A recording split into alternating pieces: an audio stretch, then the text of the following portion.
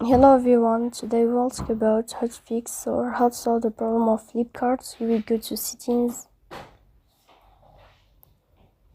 Here in this page you can go to apps, default apps, app settings.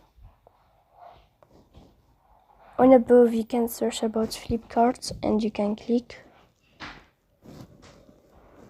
Here in this page,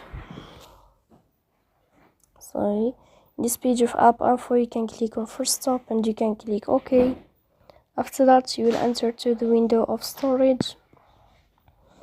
Here you can click on clear cache. In the end you can turn off your Wi-Fi and you can turn on your Wi-Fi again, so please don't forget to support us by like and subscribe. See you next time in another video and thank you for your attention.